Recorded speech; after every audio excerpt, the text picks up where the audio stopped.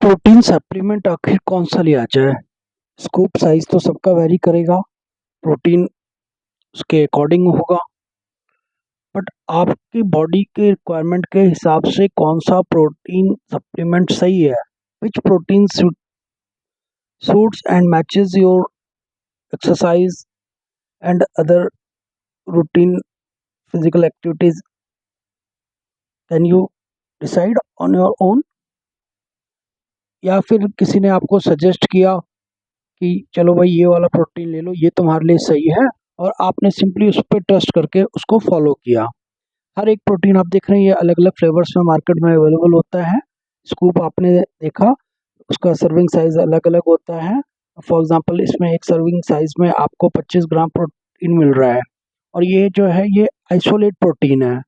Protein में आपको जो अलग अलग फॉर्म्स देखने को मिलते हैं उनमें आइसोलेट हुआ, उसके अलावा जो और क्या बोलते हैं, हमारा केसीन प्रोटीन एक अलग हो जाता है, ये वे का आइसोलेट है। तो वे का अपना बॉडी में अलग रोल है। वे को जो है आमतौर पे सबसे फास्ट अब्जॉर्बिंग प्रोटीन माना गया है, इसलिए इसको आमतौर पे रिकवरी प्रोटीन भी कह देते हैं।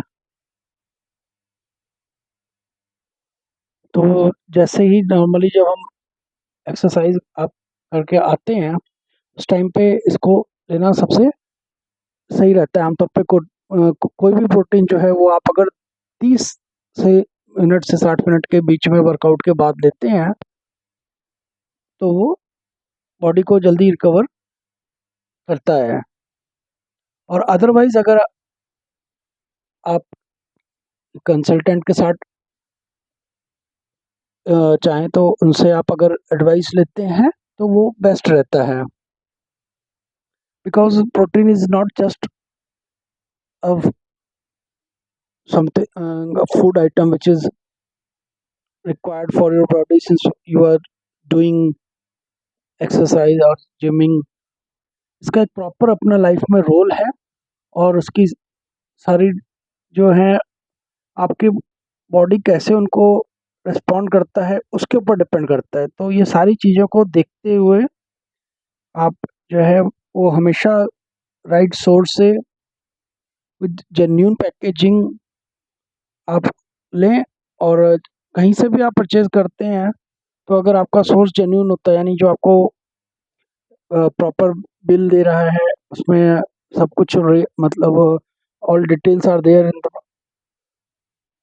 बिल, किस टाइप का प्रोटीन है वो, सारी चीज़ें जब आती हैं तो वो आपके लिए बेस्ट सूटेड रहता है। क्योंकि ध्यान रहे कि आप अपने बॉडी को अच्छा बनाने के लिए ये सब चीज़ें कंज्यूम कर रहे हैं। तो ये सारी चीज़ें डिपेंड करती हैं कि आप कितना वर्कआउट करते हैं, कैसा आपका फिजिक है, कैसा आपका बॉडी बिल्ट है, वो सारे फैक्टर्स ही ध्यान में रखने चाहिए। जस्ट यही आपको कहना था इस वीडियो के द्वारा। Hope you are able to go through the details mention on this pack.